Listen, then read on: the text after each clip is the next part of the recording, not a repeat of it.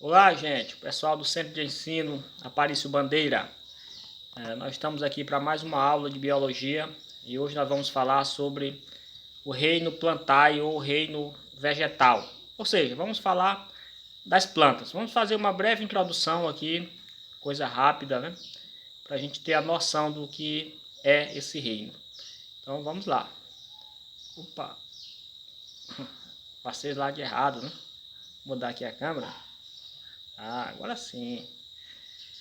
Então, aí estão as principais características do reino vegetal, né? Ou seja, do reino das plantas, reino plantae, que são organismos pluricelulares e eucariontes, são autótrofos por fotossíntese, ou seja, eles produzem o seu próprio alimento por meio da fotossíntese. Eles utilizam o gás carbônico, a água e a luz para produzir a glicose e liberar o gás oxigênio na atmosfera. Esse processo é a fotossíntese, né? Absorve gás carbônico, água e luz e libera o oxigênio na atmosfera e sintetiza a glicose, que é o alimento das plantas e também o alimento básico de todos nós. Eles possuem ciclo de vida com alternância de gerações, uma parte haploide e outra parte diploide. E as suas células possuem parede celular, vacúolos e cloroplastos. Estas são organelas presentes nas células dos vegetais. Essas organelas não estão presentes nas células animais.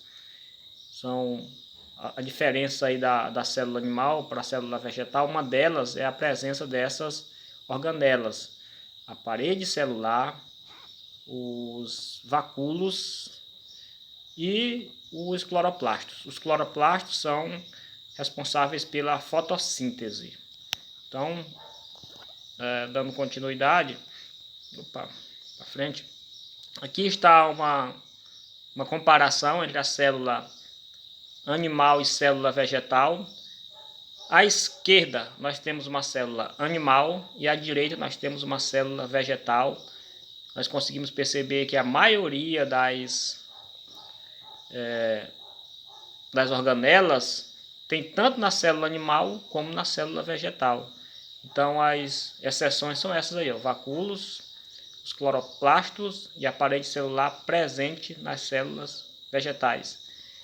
E a presença dos centríolos na célula animal. São estruturas aí que está presente em uma célula e não está presente em outra. Mas a maioria das organelas citoplasmáticas estão presentes nas duas células. Aqui está um esquema da fotossíntese.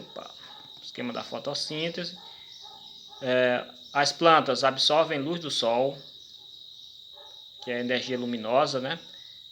Elas absorvem também o gás carbônico da atmosfera, por meio das suas folhas, absorvem a água, por meio das raízes, e com esses compostos, ela forma a glicose e também o oxigênio. A glicose vai servir de alimento e o oxigênio será liberado no ar para a respiração dos animais e também para a respiração das plantas, que as plantas também respiram. No período noturno, onde não tem a luminosidade, no caso da energia solar, a energia do sol, a luz do sol, elas respiram e consomem o alimento que elas produziram. E o alimento que não é consumido, ele é armazenado e é ingerido pelos animais. As plantas, como nós sabemos, boa parte delas estão no ambiente terrestre e elas conquistaram o ambiente terrestre por meio do desenvolvimento dessas estruturas que aí estão listadas. O sistema radicular para fixação e absorção de água e sais minerais, ou seja, as raízes para poder se fixar no solo. O sistema vascular para a condução de água e nutrientes, ou seja, as plantas também têm vasos condutores. Assim como nós temos os vasos sanguíneos, as plantas têm também os vasos condutores, que conduzem água e sais minerais, e outro vaso que conduz os nutrientes produzidos por elas. O desenvolvimento de estruturas que controlam a perda de água para o ambiente.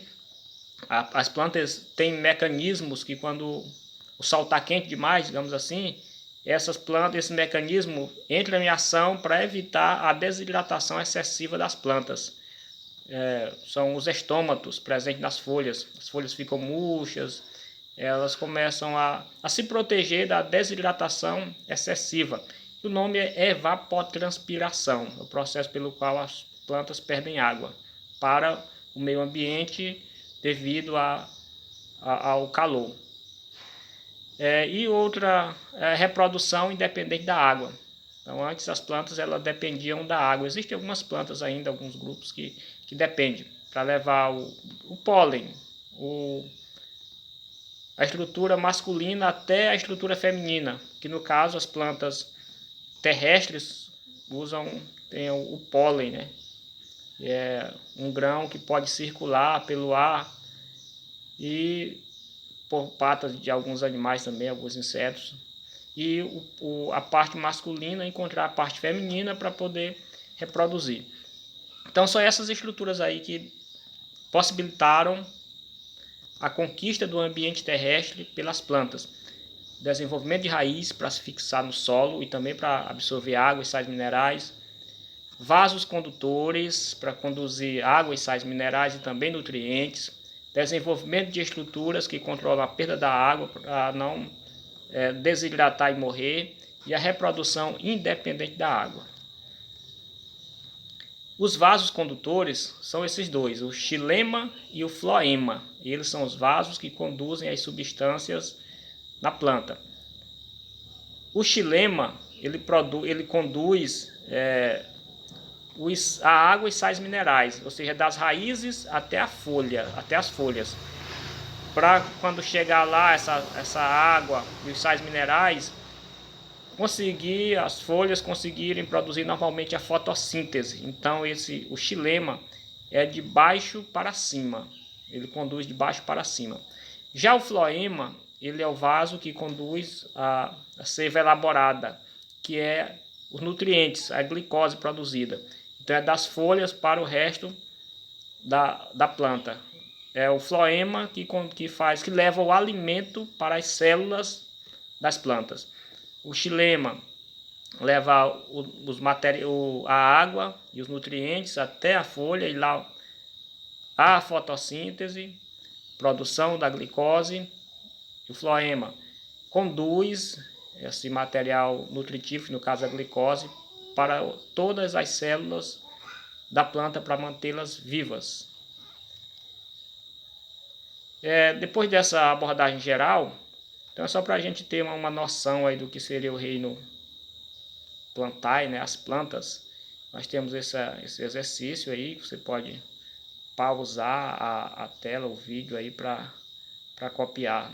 Encontrei aqui um lugar legal para botar essa câmera aqui para dar para visualizar melhor aí. Então você pode dar uma pausa aí no vídeo, copiar aí os exercícios e encaminhar via WhatsApp para a gente colocar esses exercícios como uma das notas de vocês. Certo, por hoje é só. Se não é inscrito no canal, ainda se inscreve e até a próxima.